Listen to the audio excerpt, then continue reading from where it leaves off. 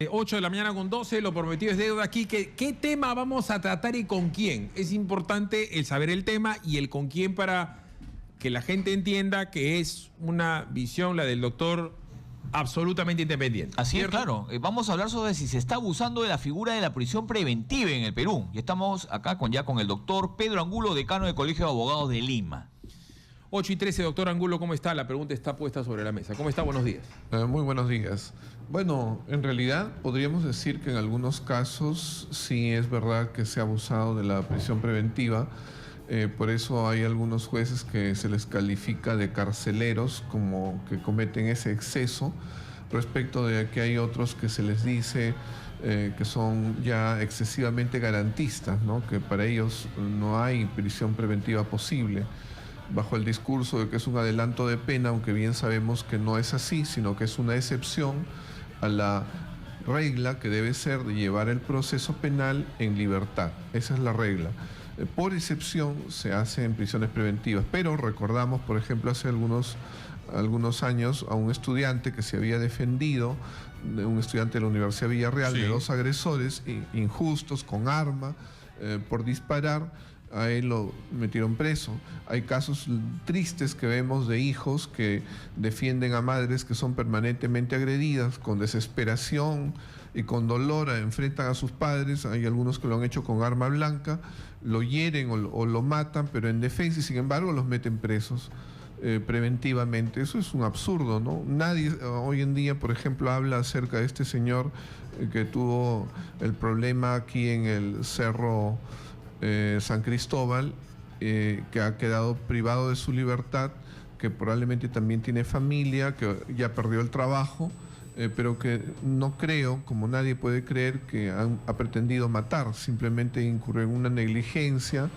y quién sabe, presionado por su mismo empleador para el hecho de llevar más cantidad de pasajeros. Pero bueno, hay muchas cosas que no se discuten. Sin embargo, cuando se trata de algún personaje que tiene poder, que tiene economía, ahí sí se le victimiza, se le presenta como pobrecito, y la familia, y no se piensa en las consecuencias que, sobre todo en el caso de los políticos, causan para el país.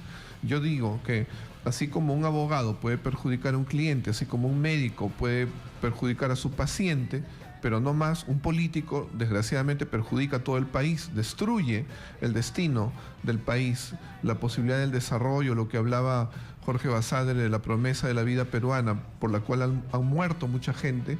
Esta gente que llega al poder, que engaña, que defrauda, que hace que se vea la política como un lugar de delincuentes. Lamentablemente estos de pronto ya son pobrecitos, que abuso, ¿no?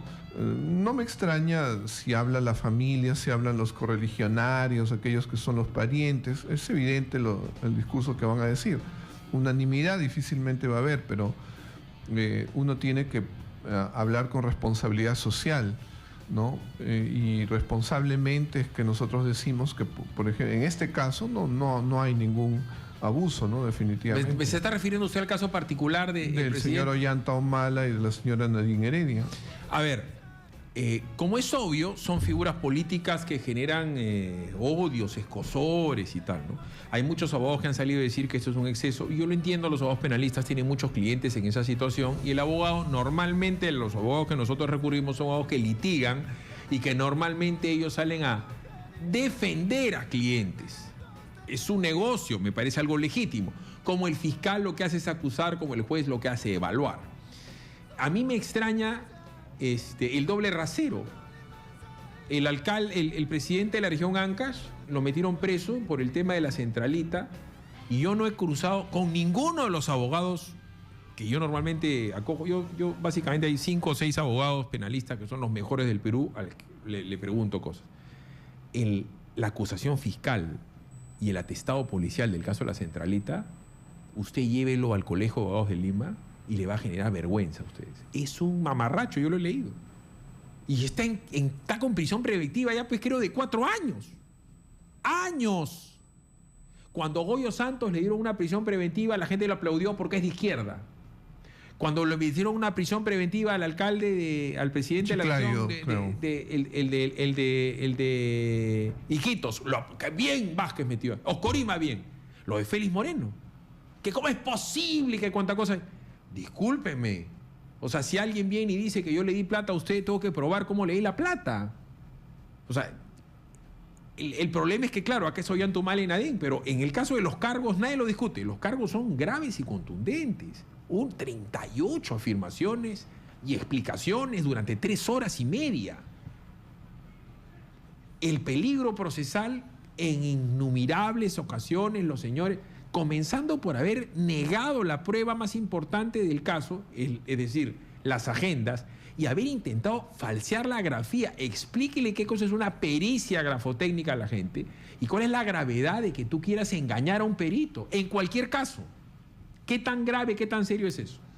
Bueno, definitivamente nosotros sabemos que un abogado, y eso lo digo porque hay muchas personas que a veces conversamos, son de otra profesión y me dicen, yo lo que no me gusta de los abogados es que defienden a delincuentes, defienden a defraudadores, defienden a personas que han cometido delitos de corrupción, pero yo les digo, todas esas personas tienen derecho de defensa. Todas esas personas tienen derecho a que la sanción no vaya más allá, no sea desproporcional.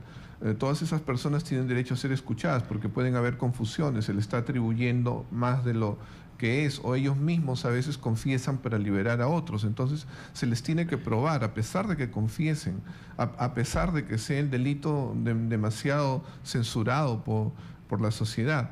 Ellos tienen derecho de defensa y eso es constitucional. El Perú ha firmado tratados de derechos humanos y los derechos de las personas que están ante un tribunal penal, ante una amenaza penal, ellos tienen derecho a eso. Pero el tema, ¿cuáles son las limitaciones? Una persona en derecho tiene derecho a guardar silencio. Tiene derecho a no responder las preguntas cuando podría autoincriminarse. Eso tiene derecho legítimo. Lo que no tiene derecho es actuar maliciosamente, lo que no tienen derecho es actuar temerariamente, porque ahí están tanto actuando mal la persona como su defensa. A eso no se tiene derecho, ni a mentir. Hay algunos que dicen, no, que dentro del derecho cabe el derecho a mentir. Yo diría es una contradicción y en el derecho generalmente no hay contradicción. Nuestro derecho penal es premial. Es decir, a la persona que confiesa se le rebaja la pena, a la persona que acepta en parte puede haber una terminación anticipada, a la persona que colabora inclusive se le redime de la pena y colabora para dar información que no podría obtenerse de otro modo, colaboración eficaz. Además, tú estás hablando bajo juramento y la idea es que digas la verdad. O sea, el punto para mí es que acá se victimiza o se lapida a la gente. Y yo le voy a decir una cosa que le molesta mucho al común de los periodistas. El 99.9 de los periodistas son absolutamente ignorantes de derecho penal. Absolutamente ignorantes. Yo cuando menos tengo creo que 3 ciclos de derecho penal y me dedico a leer y preguntar a la gente que sabe. Pero el 99.9% de los periodistas no tienen idea. Y se preocupan simplemente el día que a un familiar o a ellos mismos los querellan o los denuncian y van al Poder Judicial. Porque si no, no puede entender cómo es que tienen doble, triple, cuádruple rasero. Es así de sencillo. Y también pasa entre los políticos, ¿no? Porque los políticos de cada partido defienden a sus integrantes, a sus jefes. No, pero eso sí lo entiendo, pues. El abogado es un abogado de parte. El fiscal es el titular de la acción penal. Claro. El político, bueno, del Castillo va a defender a Alan, el otro de Becerril va a defender a Keiko y tal. Pero en nuestro caso yo le tengo que decir a la gente cómo es. Esta vaina es así. Como siempre le digo, una cosa es la información, otra cosa es la opinión. En mi opinión, si les hubieran dado si hubieran solicitado una prisión domiciliaria, hubiera sido justo. Yo creo que hubiera sido justo. Pero no puedo denostar del juez de que él no tenga la duda razonable de fuga, ¿no es cierto? Claro. No le puedo decir que es un desgraciado, que es un coimero, que es un tal por cual. Sí estoy prácticamente seguro que la cantidad de delitos que han cometido va a terminar en una condena y va a terminar acusando el señor fiscal y los van a cañar. Y que exactamente lo mismo se tiene que hacer en el caso de la investigación de los partidos y sus fondos, en el caso del APRA y en el caso de el Keiko Fujimori. Y si mañana más tarde sale el señor Ode diciendo yo le di a Keiko, como en el caso de Nadine, le di en efectivo, y está el ingreso y el partido de Keiko con el hermano tesorero, que no es el caso, y con el personero han ido y le han mentido a la OMPE, le han dicho y le han falseado aportes, ¿no es cierto? Y han terminado enriqueciéndose, es exactamente lo mismo, eso se llama tipificación. Con la misma tipificación también la tendrían que meter a la cárcel a Keiko, igualito con Alan García. Porque lo acá no es solamente haber recibido, doctor, es recibido y desviado con la amiga, con la mamá, con las cuentas, con la bancarización, ha sacado plata en efectivo, ha mentido, está las agendas, está la casa, está la compra. Sí, sí, definitivamente. Si el día de mañana a Keiko Fujimori le dan un trabajo, ¿no es cierto?, en la India de fisicoquímica, la gente va a decir que es una chamba bamba, o si le dan en Japón un trabajo a Keiko Fujimori, en donde va a hablar pues de biología. Entonces todo el mundo va a decir que a Keiko le han dado la chamba de favor o no. Todo es sentido común, pero claro, como es Nadine ya no hay sentido común, como es Keiko no hay sentido común. Vámonos a la pausa y seguimos con el decano del Colegio de Abogados de Lima. Pausa, regresamos. Recuerda que Exitosa recibe tus denuncias. Envíanos fotos y videos a través del WhatsApp 977-307-629. Ya regresamos con Philip Butters en Exitosa.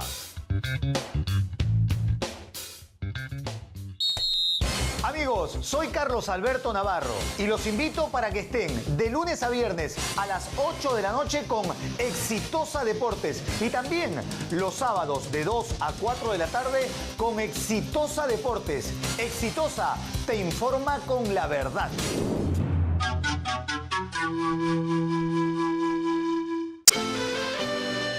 Hola, ¿qué tal? Soy Mario Camacho Perla y los invito a nuestro programa Usted Tiene Derecho, donde combatimos la corrupción todos los sábados de 11 a 12:30 y los domingos de 8 a 10 de la mañana, aquí en Exitosa, te informa con la verdad.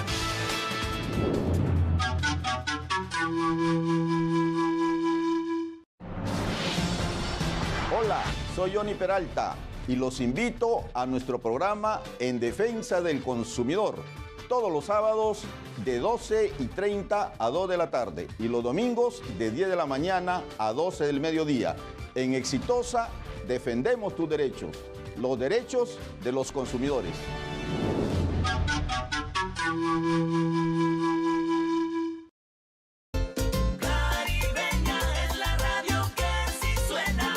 Hola, soy Dilber Aguilar. Escucha Radio La Caribeña. ¡Sí suena!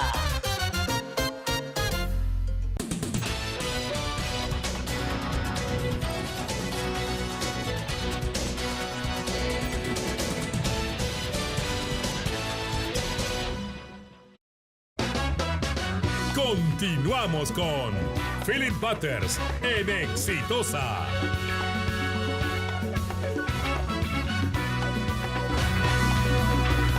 Otra cosa que a mí me parece de la prisión preventiva, y no lo digo ahora, fíjese, doctor, usted busca en toda la prensa, el único que habla del caso de la Centralita como un muñeco soy yo, nadie más. Y nunca le preguntan en ningún foro ni en ningún sitio a ningún penalista sobre el caso de la Centralita. Porque la prensa se ha tirado de cabeza el caso de la Centralita. Como la prensa se tiró de cabeza, recordad en el caso de Polo Lórtiga, el señor que había matado supuestamente a la chica de Corazón Serrano. Como la prensa en el caso de la chica Rosario Ponce la condenó. Sí. Entonces, ¿por qué una prisión preventiva tiene que ser de 16 meses si lo que quieres es investigar? ¿Por qué 1 año y medio? ¿Por qué 12 meses? ¿Por qué no 3? ¿Por qué se puede demorar tanto en buscar un juez más pruebas? En este caso, Ollanta y Nadine. Yo creo que la acusación tendría que ser ya. ¿Y en cuánto tiempo tendría que comenzar el juicio y en cuánto tiempo los tendrían que sancionar?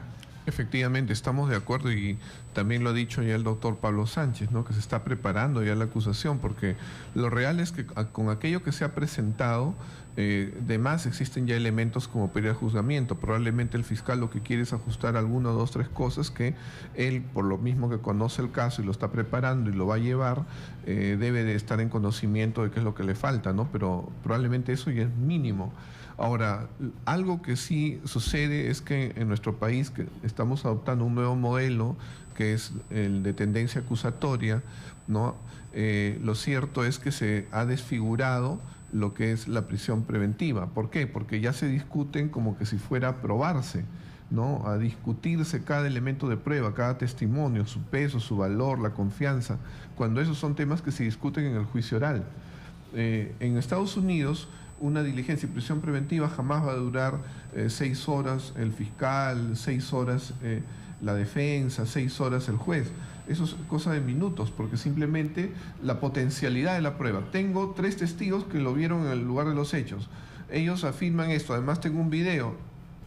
Señor de la defensa, a ver, quiero ver el video porque puedo desconfiar, de repente al testigo lo han comprado, quiero saber quién es. Eso no se discute, sino es nada más el peso, porque eso va al juicio oral. Y evidentemente, si hubiera una mentira, esas personas las procesan y las condenan.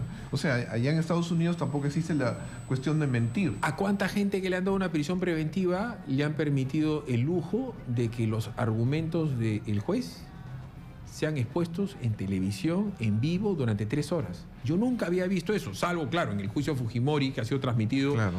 pero no es normal. Era ya un juicio de fondo también, ¿no? Que era juicio. Acá estamos hablando de un incidente que se está explicando, y la explicación del señor Richard Concepción Carhuancho puedes discutir 1, 2, 3, pero 38 afirmaciones, 38 pruebas documentadas, con ingresos, con reportes. O sea, en el caso de Yanto Mal y Nadine han recibido dinero por la amiga Rocío Calderón, por OAS. Han recibido dinero por Odebrecht, por Caimasac, apoyo total. No han tenido orden en el tema de la tesorería manejado por su hermano. Han desviado fondos a sus cuentas, han incrementado su patrimonio. Es de manera evidente. Entonces, con los documentos que ella negó. Entonces, pruebas hay. El entorpecimiento procesal hay. Lo que pasa es que la gente acá, yo siempre le digo, no sé si a usted le parece, cambia tu argumento y dáselo a tu enemigo, que tu enemigo esté en tu misma situación que tú. Es decir, ponte el otro lado de la mesa. O sea, que el día de mañana a Alan García, al cual están investigando, Alan García se consigue un trabajo como zootecnista, pues. Y lo manden a Alan García a España o a París como zootecnista. ¿Qué van a decir? Si discutían si sabe o no derecho, si tenía un título o no. ¿Qué tenía que hacer en la FAO Nadine Heredia? Nada. O sea, nunca en su vida ha trabajado en nada, ni siquiera afín. Pero le habían preparado la camita, le habían hecho embajador de la FAO, los propios correligionarios del Partido de los Trabajadores, que ha sido el partido de Lula da Silva, que ha pedido, por voz del propio Odebrecht, que la financien. Es decir, un grupito de amigos. Entonces, el día de mañana, como Alan García ha sido miembro de la Internacional Socialista, ¿no es cierto?, me voy a poner a pensar que el Partido Comunista Chino le dé plata y Alan García aparece en China porque él ha escrito un libro de Confucio, ¿no es cierto?, como zootecnista en Beijing. ¿Y la gente lo va a aplaudir eso? ¿O va a decir el vivazo de Alan García se está fugando lentito? ¿Y quién se lo permite? También aquí evidentemente se da el hecho que hay muchas irregularidades en relación a ese nombramiento de la FAO, y eso lo ha dicho el fiscal. No ha habido una transparencia en relación a la información que se le ha pedido, ni por el representante de la FAO, ni tampoco por la señora La Nadine gente Heredia. habla del arraigo. Ellos tienen arraigo, no hay peligro de fuga. Yo no vi esas argumentaciones cuando lo metieron preso a Félix Moreno. Y Félix Moreno dio preso porque un señor dijo, ¿no es cierto?, que él había recibido un dinero porque Odebrecht le había dicho que le dé. Y cuando le dijeron, ¿y cómo le diste? Bueno, no le di. Odebrecht pagó su publicidad. Exactamente lo mismo que Susana Villarán. Odebrecht dice haberle dado plata a Coima de $800.000 para el tema de Vías Nuevas de Lima. Es evidente que OAS ha dicho que le han traído doleiros. El mismo publicista, la misma persona, la misma empresa, OAS Odebrecht, el señor Felipe Belisario Barmus, ¿correcto?, ha sido el publicista de Susana Villarán. Y a Susana Villarán ni la acusan ni le piden prisión preventiva. Lamentable, porque ahí se ve pues como para unos sí, para otros no, pero también hay digamos, el centralismo del Perú no solamente está en el tema económico, que aquí se desarrolla todo y generalmente se mira, o no se mira, más bien se da espaldas a otros lugares, sino que también en estos casos, ¿no? Recuerdo el tema de los limpios de la corrupción, creo que Sí. hay en Chiclayo, el alcalde. Y bueno, el tema es que en todos los casos que usted ha mencionado y en este último, en el tema del peligro procesal, no se ha examinado tanto como este caso. En este caso es más evidente que en cualquiera de todos los casos que estamos hablando. Y sin embargo es el caso donde se victimiza. En los otros casos no. También hay ese tipo de centralismo. Repito, el señor Moreno, ¿no es cierto?, que no tiene a la prensa de su lado, como es evidente, tenía su casa, tenía sus hijos, tenía su esposa, acá. Y no tenía peligro. Y nadie dijo, ¡qué barbaridad! No, al contrario, por fin se hizo justicia, cae la mafia. Y nadie se puso a pensar que el señor no tenía peligro de fuga. O sea, no, pero hay que canearlo. Por eso digo yo, yo tampoco quiero que la caneen a Susana Villarán, por si acaso. No sería justo. Marisa Glave se calla en 50 idiomas. La gente del Frente Amplio se calla en 50 idiomas. Verónica Mendoza está en las agendas. Habría que meter presa a Verónica Mendoza, porque si Ollanta Humala y Nadine Heredia son parte de una organización criminal, explíqueme usted cómo es que la mamá que ha recibido dinero, Antonia Alarcón, el hermano Ilan Heredia, que ha sido el tesorero, y el que en ese momento creo que era el señor Espinosa, el personero legal que ha falseado los aportes ante la OMPE, no están presos. Porque el día de mañana, reitero, si pasa exactamente lo mismo con Keiko, ¿no es cierto?, no tendría que ir el señor Joaquín Ramírez a la cana, no tendría que ir tampoco a la cana nadie, ni Keiko tampoco. Porque Keiko diría, yo tengo arraigo. Entonces, ¿en qué quedamos? En cada caso tiene que ser examinado en relación a las pruebas que existen, la penalidad posible, concreta, no solamente la que está ahí en la norma, y finalmente el tema del arraigo, el tema del peligro procesal, peligro de fuga, peligro en relación a los testigos, a desaparecer pruebas, etcétera. Evidentemente, en los casos que examinamos, lo más claro es en el caso del señor Ollanta Humala, por los antecedentes del caso de Madre Mía, donde se pagó testigos, se hizo tantas cosas, y igualmente la señora Nadine Heredia, por todo lo que han hecho, definitivamente. Ahora, los otros casos hay que examinarlos. Yo sé que en el caso de Susana Villarán, lamentable, pero existe una imputación y se tendría que estar trabajando en eso. Y en los otros casos que se han mencionado, no por estarle prestando atención a lo de Odebrecht, se debe perder de vista que ya el tiempo corre. Y si no se dan las acusaciones a tiempo, finalmente las personas van a salir libres. Y la prensa, bien, gracias. Susana Villarán fue a dar una testimonio fiscal, dijo, no voy a declarar. Ok. ¿Dónde están las portadas de La República, del Comercio, de Cuarto Poder? ¿Dónde está la desesperación de los canales de televisión por decir, acá ha habido una coima con Vías Nuevas de Lima? Vías de Nuevas de Lima tiene un flujo de caja de más de 10.000 millones de dólares.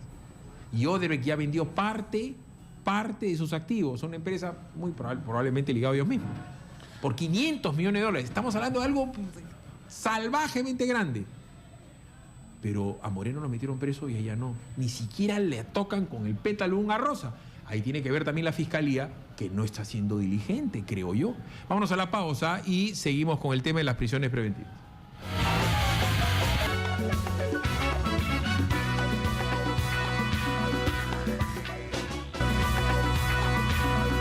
A ver, el expresidente Alejandro Toledo puso en su Facebook una alocución del doctor Duberlí Rodríguez Tineo, presidente del Poder Judicial, criticando a los jueces carceleros, y ha sido absolutamente demoledor al decir que lo hacen por congraciarse con la prensa. Ha dado el nombre, lo hacen por congraciarse con el Grupo del Comercio y con el señor Fernando Berkemeyer y con el Grupo La República para quedar bien con Mome. ¿Qué tanto peso puede tener eso a la hora de evaluar la extradición de Toledo en una corte, habida cuenta de la condición de presidente de la Corte Suprema? Lo está diciendo el presidente de la Corte Suprema, Duberlí Rodríguez. ¿Esto va a terminar favoreciendo a Toledo? Yo creo que lo ha hecho en todo caso a título de opinión. Definitivamente eso no tendría que pesar, porque los jueces tienen que ser objetivos, tienen que evaluar aquello que son los elementos que imputan el delito, que sirven para demostrar la presunta responsabilidad penal, la penalidad, el hecho de que este delito también es perseguible tanto en el Perú como en el extranjero.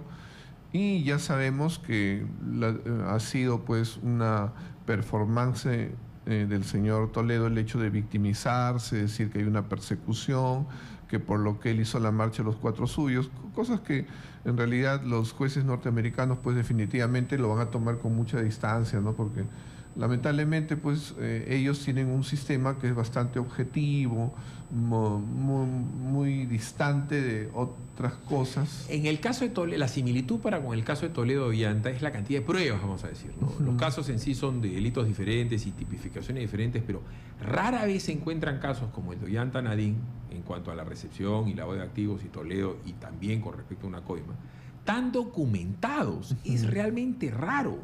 Sí, además los jueces norteamericanos tienen experiencia en el tema indiciario, ¿no? Allá le llaman prueba circunstancial, tienen experiencia en el tema de los testigos que son colaboradores, porque allá prácticamente es donde se ha consolidado la figura, precisamente para perseguir a los delitos que son difíciles, ¿no?, de obtener, testigos que son clandestinos. Entonces, realmente y además ellos están muy preocupados con el tema de corrupción, ¿no? Entonces, definitivamente no creo que le va a hacer bien a su defensa la sola declaración del presidente de la Suprema, ¿no? 8 de la mañana con 42. En cuanto a los plazos, ya el juez Richard Concepción Carhuacho aceptó desde el punto de vista formal la apelación y esto se eleva a la segunda sala penal nacional. ¿Cuál es el procedimiento? Sí, en estos momentos es una sala de la Sala Penal Nacional a la que le corresponde conocer. Se estima que probablemente se va a ver el tema después de fiestas patrias, ¿no? Por el tiempo que corre, la necesidad de que se prepare la defensa y la fecha que se ha de poner para la audiencia, ¿no? 8 de la mañana con 43. Se le pone fecha a la audiencia en el día X, ¿y cuándo se dictamina? ¿Se pueden demorar 1 mes, 2 meses, 3 meses? La fecha de la audiencia tiene que ver con que ya leyeron todo, en la audiencia ven aspectos formales y recién comienzan a leer y enterarse del caso. Bajo el nuevo Código Procesal Penal, que es la norma que se aplica ahora para las prisiones preventivas, lo importante es lo que se oraliza, es decir, lo que se sustenta oralmente. Por eso es que se han dado el trabajo de todo aprenderlo y realmente saberlo de memoria para no tener que recurrir lo mínimo al papel, de tal modo que lo que se nombra, aquello que se argumenta, es lo que tiene que ser contestado por la otra parte, contradicho vale decir, y finalmente considerado en su valor probatorio por el juez, ¿no? Y esto que tiene que ver con los 3 elementos que son requisitos para la prisión preventiva. Los elementos de convicción graves y fuertes que incriminan, la penalidad, que ya sabemos que es superior a los 4 años, y finalmente el peligro de fuga. Esos 3 elementos se tienen que sustentar en orden y finalmente oralmente. Y el ¿Por qué menciona usted elementos de convicción y no dice pruebas? Ya, porque cuando nosotros técnicamente decimos prueba, es lo que sale a resultas del juicio oral. Yo puedo llevar indicios tanto en la acusación como en la etapa intermedia, que es donde se examina si la acusación tiene realmente peso y fundamento. Allí se discute el peso de la acusación. Si es que tiene suficiente peso, entonces el juez llama audiencia. En la audiencia, que vale decir, es el juicio oral, allí es donde ya sale la prueba. Todo lo que se presenta por parte de la acusación y de la defensa es examinado y el juez va a declarar probada la responsabilidad o, en sentido contrario, la absolución de la persona. Entonces, solo a partir de ese ejercicio contradictorio de lo que significa el juicio oral, el enfrentamiento entre la acusación y la defensa de manera pública y oral, ya decimos que existe prueba. Hasta antes existe lo que es un insumo que se ha de convertir en prueba. 8:45, pausa, regresamos. Philip Butters en Exitosa. En el caso de Ollanta Humala y Nadine Heredia, los 3 jueces de la sala podrían dictaminar que se vayan a su casa en prisión preventiva o que simplemente sigan su juicio en libertad. También eso es probable. Es muy difícil, porque ellos vienen de ya estar en una condición de comparecencia con restricciones y eso es lo que se ha convertido en una prisión preventiva. Entonces, sería muy difícil, ¿no?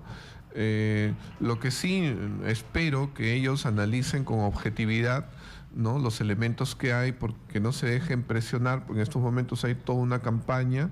Es difícil escuchar personas que analicen con objetividad, y ellos sí les corresponde por su condición de jueces. Tienen que dar un buen mensaje a la sociedad.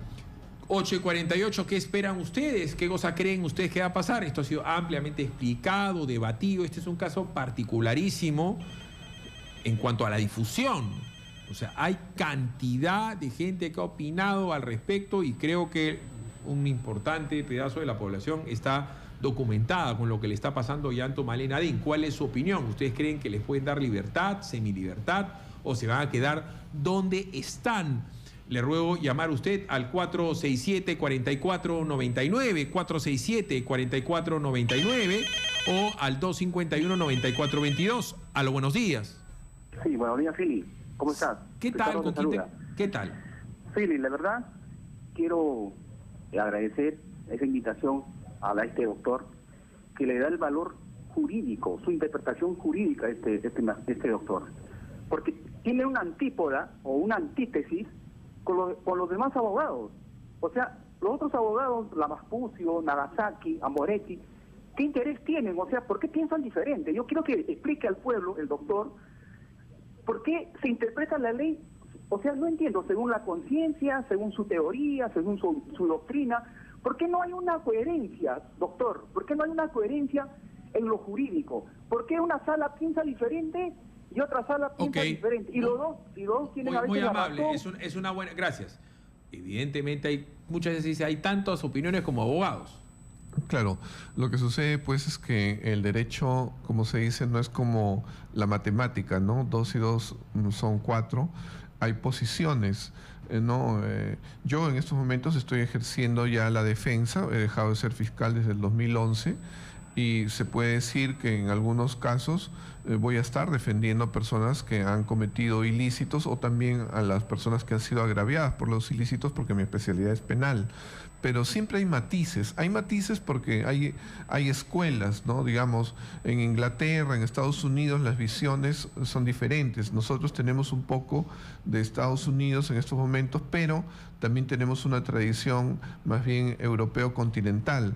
Y la tradición europeo-continental ha sido más bien, diríamos, un poco más... ha puesto la presión en la visión desde el Estado, y desde el Estado se consideraba que las personas tenían que demostrar su inocencia.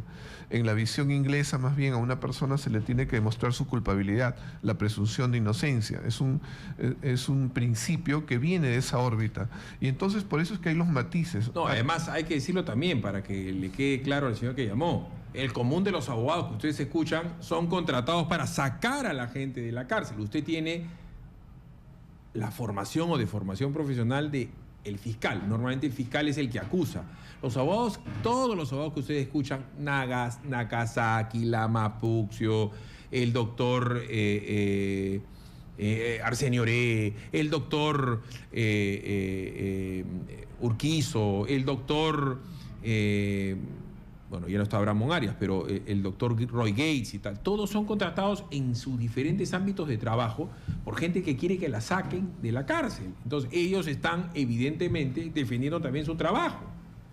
Me parece que eso es normal, porque ellos, en el momento que los contraten, van a argumentar a favor de la gente. Y digamos las cosas como son.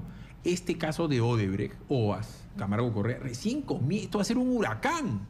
Una vez que caigan Ollanta y Nadine, ¿por qué cree que ha salido no todos, sino una parte de los ministros de ellos a respaldarlo?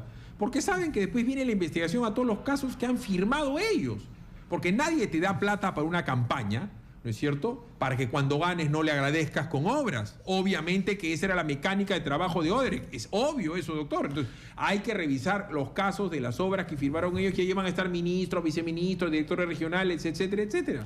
Definitivamente, cuando esto vaya avanzando, también van a tener que ser involucradas pues las empresas peruanas, ¿no? Que ahora están diciendo que yo no sabía, pero que ya se está saliendo la otra información que dice que sí sabían y que más bien inclusive sacrificaron sus ganancias para los pagos. Entonces, la realidad es que las empresas que hoy día, digamos, todavía no se les interviene, que yo supongo que el Ministerio Público pronto va a tener que dar ya algún accionar en ese sentido, definitivamente ya los involucrados peruanos, que son personas que ya tienen poder económico, etcétera, definitivamente eso va a ser pues un segundo momento bastante explosivo, ¿no? En relación a nuestra dinámica jurídico-penal.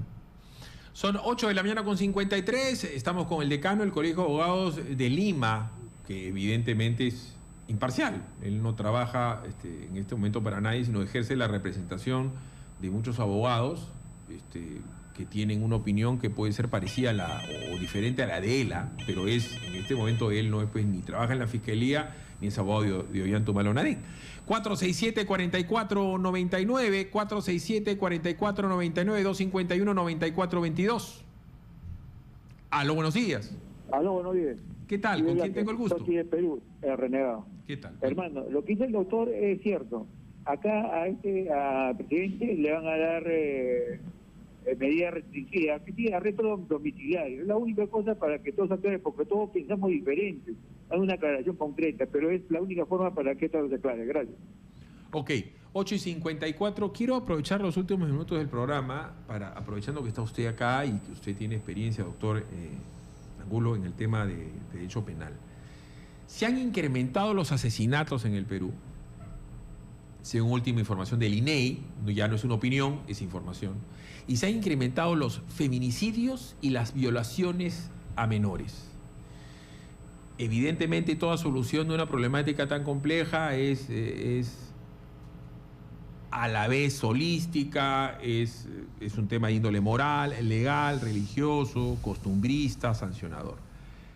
Yo soy una persona que cree que hay que cambiar la Constitución y poner la pena de muerte. Yo no entiendo cómo una persona que viola a un niño y después lo mata puede seguir teniendo derecho a la vida. ¿Cuál es su opinión sobre el incremento de este tipo de delitos y especialmente sobre este último delito, ¿no? El violar a un niño y después matar.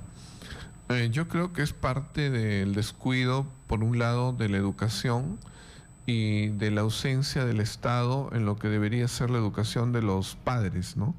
Porque lo cierto es que se cambiaron los cursos educativos, educación cívica, etcétera, cosas que a veces un poco eran cubiertas cuando nuestra sociedad era más pequeña por la iglesia, por ejemplo, por el servicio militar, es decir, instituciones donde se dan valores, se dan principios, y lamentablemente el crecimiento de la sociedad obliga a que padre y madre se dediquen a trabajar. Es decir, hay una crisis de familia. Exacto, y entonces se ha abandonado un poco a los hijos. Yo lo grafico con lo que decía el presidente Mujica de Uruguay, ¿no? En el colegio se puede esperar que le enseñen lenguaje, matemática, historia, pero en la casa hay que enseñarles el valor de la palabra, honor, respeto. Esas cosas se están perdiendo. El cariño a las mujeres, el cariño a la mamá, el cariño a las niñas, el proteger a las mujeres.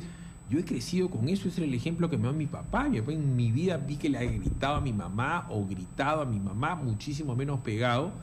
Y era un hombre con valores, con principios, con cariño a nosotros, a su prójimo. Era un hombre bueno. Entonces es mucho más complicado que de un hombre bueno, como ha sido mi papá, y con el ejemplo que ha dado, porque tú eres lo que haces, claro, salga un hijo chueco o un hijo que vaya a pegarle a la esposa o pegarle a la hija, o una hija que soporte que alguien le pegue, porque la mujer soporta que le peguen y después termina soportando que la maten. Pero un niñito, o sea, tocar a un niño, doctor, violarlo y después matarlo, ¿no cree usted que hay que cambiar el Código Penal y poner pena de muerte como sanción, no como solución? Yo sí creo que puede ser disuasiva. ¿Cuál es su opinión con respecto a la pena de muerte y su probable disuasión? Definitivamente la pena de muerte, como cualquier sanción, es disuasiva. Si consideráramos que no lo fuera así, eliminaríamos el derecho penal, el Código Penal, las normas penales.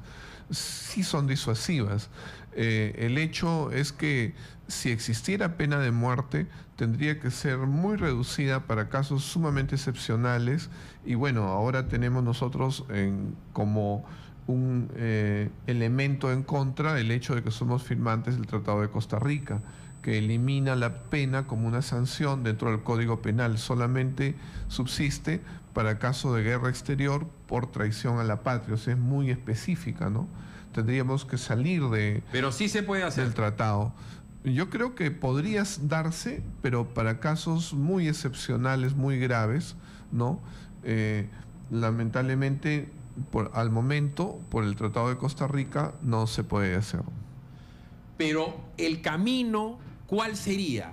¿Qué es lo que se tendría que hacer para que haya pena de muerte en el Perú? ¿Cuánto demora? ¿Cuántas legislaturas? ¿Qué parte de la Constitución hay que cambiar? ¿Qué tratados tenemos que denunciar en parte o totalmente? ¿Cuál sería el camino? Bueno, claro, el camino sería denunciar el tratado, ¿no? En ese aspecto del tema de la pena de muerte. En realidad sería un tema que habría que examinarlo con mucho detenimiento por las consecuencias que podría tener. Pero sí se puede hacer. Materialmente es posible hacerlo, es parte política, es parte de gestión. Y demora. Lo que pasa es que lo que a mí me extraña es que esto lo ha sugerido Keiko Fujimori en su plan de gobierno, lo ha sugerido el señor Alan García en su plan de gobierno y también el señor César Acuña en su plan de gobierno. Tienen los votos. O sea, claro, lo que ¿por qué no lo ponen en la agenda del Congreso? Se discute en la Comisión de Constitución, y la Comisión de Derechos Humanos, la que tú quieras. Pero ¿por qué no lo hacen? Si lo prometen. Lo que pasa es que están jugando con el electorado. Como saben que el electorado sí repudia crímenes que se dan y que sobre todo los viven fuera de Lima, ¿no? Fuera de Lima es donde más se vive realmente la violencia y a veces no se conoce. Entonces eso ante el electorado sí tiene una respuesta, votación masiva. Y se juega con eso, desgraciadamente, ¿no? Nuestros políticos están acostumbrados a hacerlo. Ha sido muy amable con nosotros, doctor. Gracias. Son 8 de la mañana con 59. Quique Bravo Prado, ¿qué tema viene? ¿A raíz de qué? Cuéntale a la gente que te pido que volvamos a tratar este tema. Vamos a hablar sobre la ola de feminicidios, ¿no? Todos los días, o hasta 3, 4 noticias de las que conocemos sobre el asesinato de alguna mujer, de algún ataque por parte de su propia pareja. Así que vamos a estar con el licenciado en psicología Ricardo Núñez Patiño para hablar por qué continuamos con esta ola de feminicidios. Y también el tema de las violaciones a menores, Quique.